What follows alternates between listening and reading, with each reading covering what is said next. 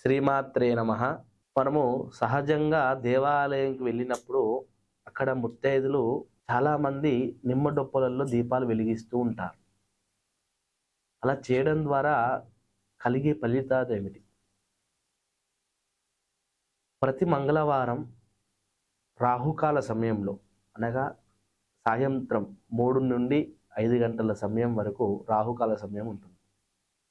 ఆ సమయంలో 9 నిమ్మ డొప్పలు లేదా 11 నిమ్మ డొప్పలలో స్వచ్ఛమైన ఆవు నెయ్యి లేదా నువ్వుల నూనెతోటి అమ్మవారి ఎదురుంగా కూర్చొని స్టార్ ఆకారంలాగా ముగ్గు వేసి ఆ ముగ్గులో ఈ యొక్క నిమ్మ డొప్పలు, పువ్వు ఒత్తులు, నెయ్యి లేదా నూనెతోటి దీపాలు వెలిగించి ఆ ఒక నిమ్మ డొప్పలకు పసుపు, కుంకుమ, ధూపం, దీపం, పండ్లు నైవేద్యం పెట్టి అమ్మవారి దగ్గర అమ్మవారి శ్లోకం ఏదైనా పారాయణం చేసుకున్నట్టయితే అలా చేయడం ద్వారా స్త్రీలు, పిల్లలు, ఎదిగేటువంటి పిల్లలు ఆరోగ్యపరంగా ఇబ్బందులు ఏమైనా ఉన్నా, మంచి చదువులో ఆటంకాలు ఉన్నా, మీ వారు చేసేటువంటి వృత్తి ఉద్యోగంలో వ్యాపారంలో అడ్డంకులు ఏమైనా ఉన్నా తొలగిపోవడానికి ఇలా చేస్తూ ఉండండి.